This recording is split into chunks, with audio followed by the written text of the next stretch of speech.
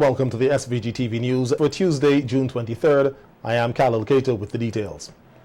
A 5-year-old Jeremiah Eustace was discovered motionless yesterday afternoon, clutching onto an electric wire at the back of his grandparents' house in the Upper Cane Hall area. His heartbroken grandfather, Charles Richards, told our news team that he usually takes care of the 5-year-old when his parents are at work. Charles said yesterday was just another day of the child playing around the yard when he was missed.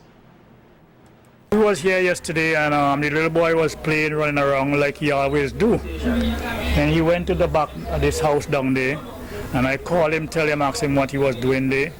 He said, go in and look. So I said, Jeremiah, come up here, go and take up your book or your tablets or something and that. It's not time for you to run around and think, come on, go back upstairs. So he come upstairs. A little after I look out the window, I see his tablets on the ground here. So I said, wait, what his tablets is doing there? I called his grandmother and asked her. So she said, I said to her, go in there and look, see, make sure you're there inside it because I see the tablets on the ground down here. She said, no, he's not in the bedroom. The grieving grandfather said after several hours of searching, a neighbor saw the child lying motionless at the back of the yard. We being around looking and calling. A guy from next door come across his top of his house and he said, look, a little boy lay down over there to the back of the house here, like he died. So when the girl go around there and she saw him on the ground, she screamed out. So I went around too and see him on the ground. See him on the ground. His hand hold on this arm ground wire. And he dead, you can see, because his hand black, his mouth like black, and like his eye little red and stuff like that. I said, well, I can't touch him because if his arm electric. Another relative said that the 5-year-old had indicated that he wanted to work at Vinlec, the island's sole electricity company, when he grows up. I'm telling you this, he will put his hand to anything to try and fix. And this young man, he was an aspired electrician, and so sad to see that he's not here to fulfill his dream. Had a career day, and he was dressed as a Vinlec worker. Such a sweet young man. I know, I have the picture with him dressed as a Vinlec worker for his career day. Only 5 years old. Only 5 years old. Vinlec has commenced its investigations into what transpired at the Upper Cane Hall residence. Workers with the company seen on site today said it was too early to comment on the matter. However, they said it was an unfortunate accident that led to the death of the child. Police are investigating the circumstances surrounding the death of Henry Neverson, a 56-year-old watchman of New Montrose. Neverson's lifeless body was discovered with multiple chop wounds at the Windsor Primary School around 8 a.m. this morning. He was pronounced dead by the district medical officer. A post-mortem examination is expected to be carried out on the body to ascertain the cause of death. At the crime scene, relatives and friends of Neverson, along with teachers at the Windsor Primary School, could not hold back tears, describing the watchman as an easygoing person. You know, like really helpful. You could call on him to do anything in his school. From the simple start, like even picking coconuts or whatever for the staff, he'll bring fruits. He's just that kind of friendly person. I didn't like nobody, and he's a clean, decent man. He no in the for nobody.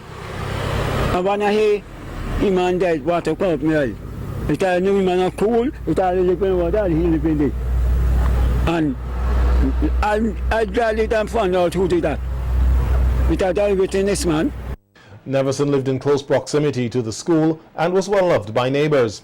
Area Representative Daniel Cummings, who was among the onlookers, told our news team that he knew Neverson very well, describing him as hardworking, noting that his watchman service at the school was a part-time job.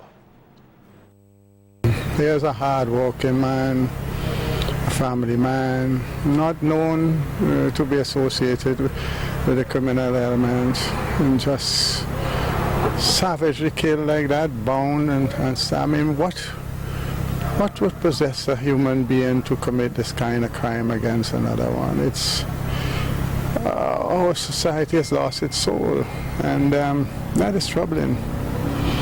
That is troubling, especially at a time when people are suffering economically, you know, so many unemployed people. I know this man works, and burning coals and selling coals is one of the hardest ways to make a living. You know, in addition to his security work, this is what he does. Cummings added that the country's crime situation needs to be addressed holistically. It's a mirror image of our society. It's a cacophony of all that we are. It has to do with our family values, it has to do with our moral values, it has to do with the sexual and other exploitation, and of course it has to do with poverty. There are times when you get the odd crime in the heat of passion, out of jealousy, but that doesn't seem to be as prevalent as the one where people are motivated by other things and commit these kind of crime. So there's the companion and the rest of the family. But crime needs to be addressed by the entire society. That is the bottom line.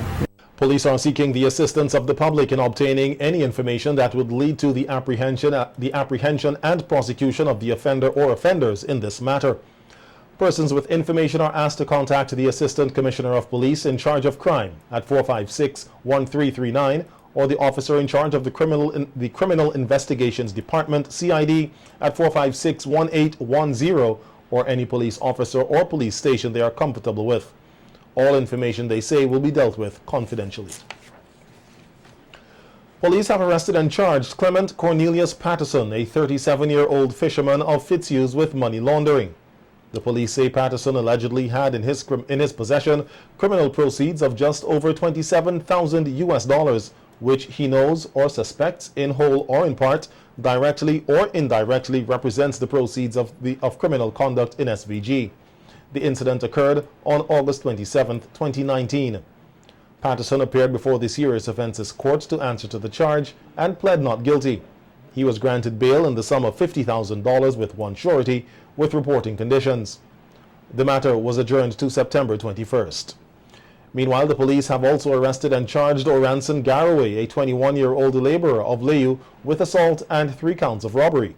The police say the accused man allegedly assaulted an 18-year-old student by pointing a gun at him with the intent to commit the offense of wounding last Wednesday, June 17th. Garraway is also accused of several robberies in which he allegedly used a gun in the commission of the offenses, which occurred at Layu.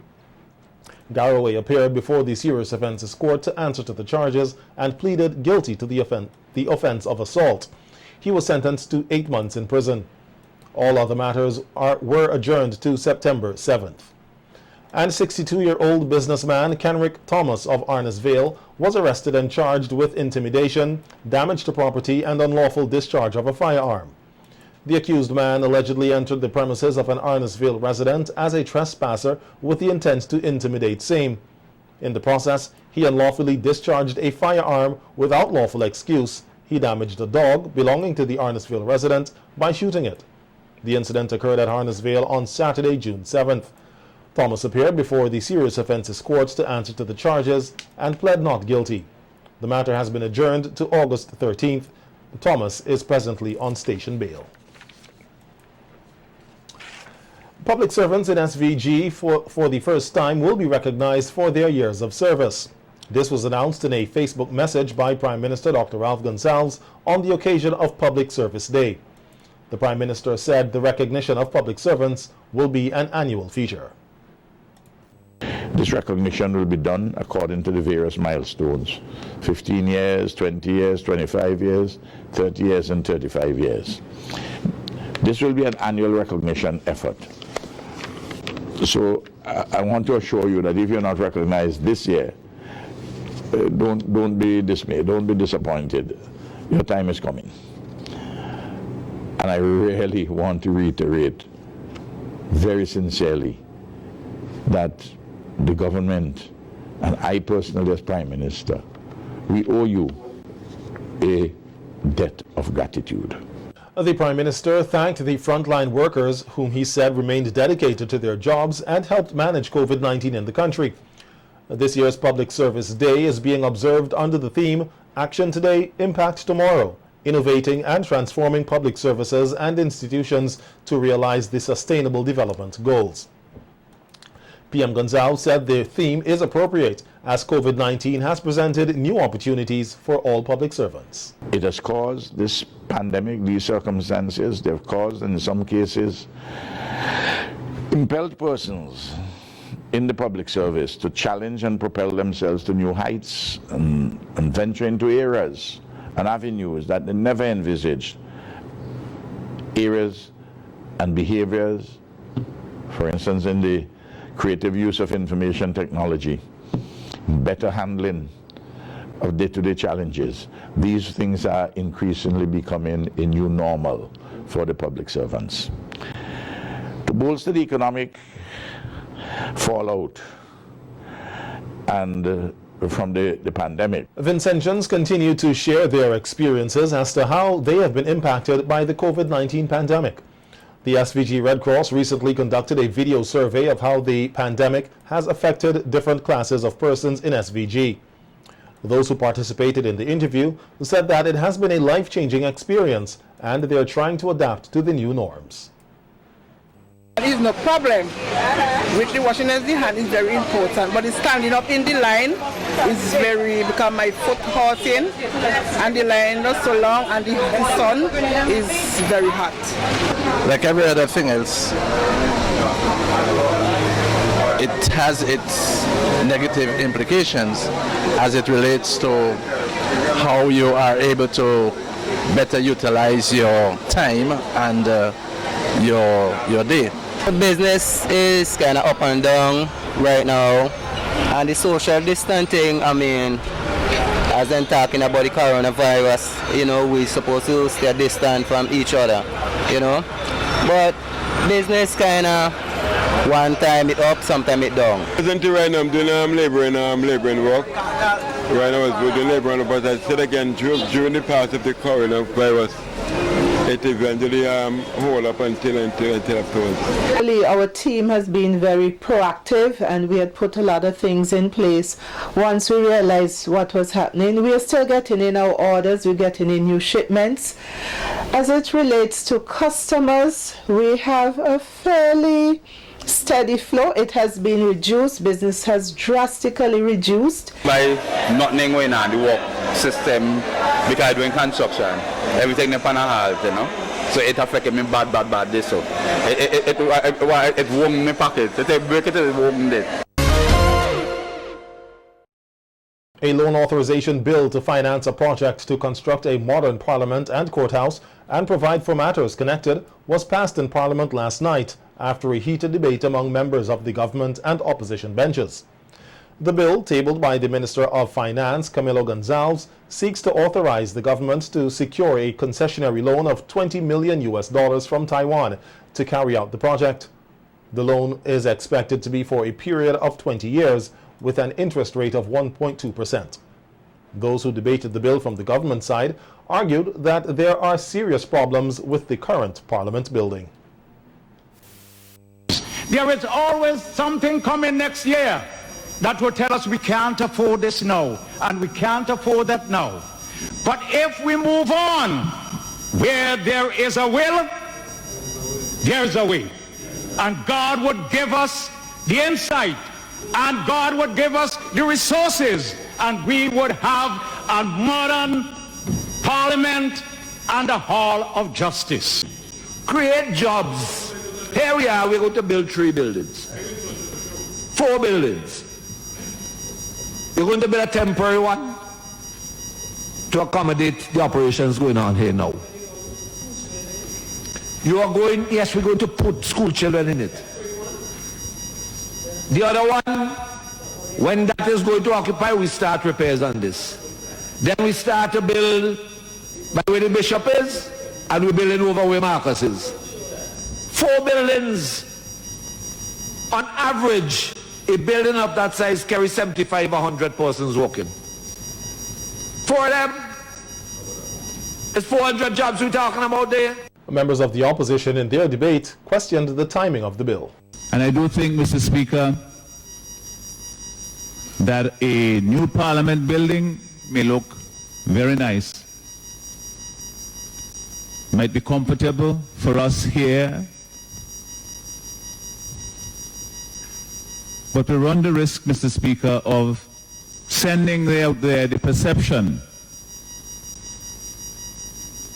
that we're nicing up ourselves while people are struggling.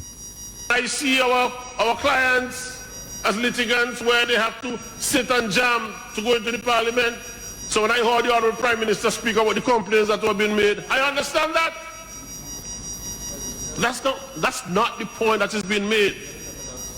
The point that is being made is singly and solid. That at this point in time, whether you're getting the loan at a rate of 1.5%, no. Whether or not it is the appropriate time for us to access such large sum of money and not pay attention to the issues that are affecting the visitation people right now. 982 local farmers have benefited thus far from the $6 million budgeted for in the Supplementary Estimates 2020 to be used for the provision of credit to crop, poultry and livestock farmers, and also to purchase animals for a livestock revolving program. This was noted by Minister of Agriculture Saboto Caesar while responding to a question in Parliament yesterday from opposition MP Roland Patel Matthews on the monies allocated to his ministry as part of the government's COVID-19 stimulus package. 10 farmers have also benefited thus far from the credit facility, which includes tractor services rendered to those with 15 or more acres of land. However, Minister Caesar said that the harsh drought conditions have slowed down the process. 352 applications have been made by farmers to purchase fertilizer, herbicides, fungicides, chemicals, implements, tools, and other small technology equipment.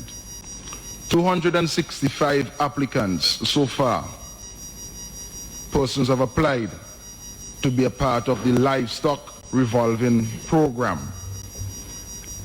And 43 applications have been received for the land preparation equipment service project, basically the project that deals with the tractor services. And the bulk of applicants are basically in the Dixon, Georgetown, Orange Hill area because of the topography. That lends itself quite naturally to tractor services. Minister Caesar said to date, no livestock has been distributed through the livestock revolving program.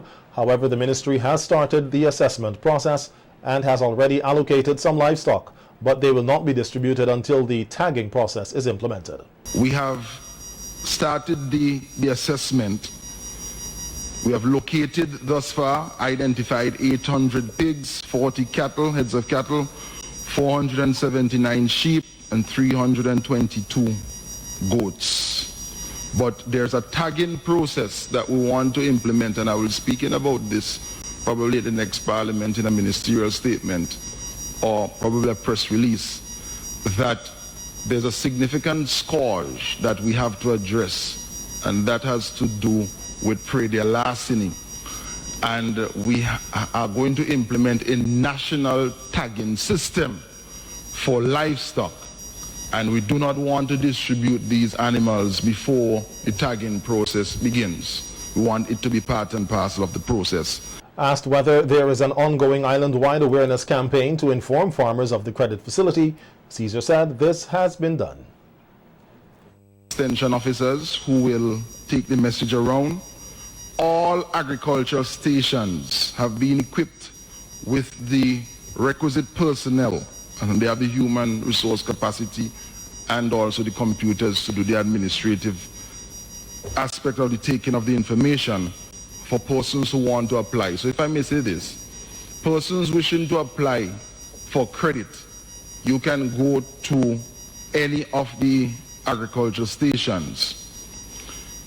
Mr. Speaker, The Farmers Support Company also has stationed at satellite locations at Rosebank Community Center, Lanley Park Packaging Station, or the Palletization Center, as it is also known as, the Lauders Agro-Processing Station, and the Lacroix Palletization Station. Minister of Tourism, Sports and Culture, Cecil Sesmaki, said the impact of the COVID-19 pandemic on the tourism industry has been severe and crippling. He was at the time responding to a question in Parliament yesterday from opposition leader Dr. Godwin Friday on the measures the government implemented or plans to implement to help the local industry to cope with and recover from the economic fallout of the crisis. Our arrival numbers would give you an idea of the impact on local cruise and the hotel sectors. What was promising to be a record-breaking year across all arrival types have been brought to a halt. By air, for example, while we did not close our borders, did not close our airports, the fact that 3 international carriers stopped flying to St. Vincent and the Grenadines, that's Caribbean Airlines, American Airlines, and Air Canada Rouge, and Liat also stopped flying. Our borders remained open. It meant therefore that no returning Vincentians came home, no visitors came to the destination, there were no heads in bed. So the hotels were empty for most parts, and there were no takers of the packages offered by the local cruisers. Minister Mackey said that regular flight operations in and out of the Argyle International Airport should have commenced in the first week of July, but that there are still a lot of uncertainties internationally, noting that Air Canada, which should have resumed flights to SVG on July 2nd, has now pushed that date back to July 23rd. American Airlines still on schedule for the 11th of July. We as yet have no indication from Caribbean Airlines when they would recommence, and Liat also has given no indication on when they would recommence flying. So I think the other Caribbean countries are also suffering the same fate, that their flights have been pushed back in some cases as well. Now the release, I think, has been sent out by the Tourism Authority so that persons can be updated in that regard. By yacht, again, we did not close our borders. We reduced the port of arrivals entry to 3 on mainland St. Vincent, and persons who came were required to quarantine on land. As you heard in the statement by the Minister of Health this morning, that has now been changed and persons would be allowed to quarantine on their yacht. Mackey, however, noted that there are measures in place to help the local tourism industry recover from the economic fallout of the pandemic, which includes an income support program for workers in the industry. In the cultural industry, as you're aware, cultural tourism is also a big thing, as well as sports tourism. So the cultural practitioners, just over 400 of them, would have received support ranging from $300 to $1,500, depending on their type of involvement in the cultural industry. The Tourism Authority, they have been allocated $1 million additional to assist in the aspect of marketing. As we indicated, it is important that we are prepared and ready for when there is the rebound in tourism, and therefore increased marketing will be done regionally and in our main source markets in the UK, Canada, and the USA. A draft social development strategy with key programs and institutional arrangements, which the government said were developed in August 2019 and were to be finalized in November 2019, has not met the target date. This was noted by Minister of National Mobilization and Social Development, Frederick Stevenson, who was asked in Parliament yesterday about the strategy and how soon it will be rolled out. Minister Stevenson said the document is now expected to be submitted to Cabinet later this month to be finalized. was no. We had a submission earlier this year to the cabinet. Some areas of concern were sent back to the ministry, and we fine-tuned those submissions, and we have those submissions to be submitted to the cabinet on the 30th of June, and a presentation would be made by the Ministry of Social Development. Yes, I have the document here that is to be sent to the cabinet for the 30th of June.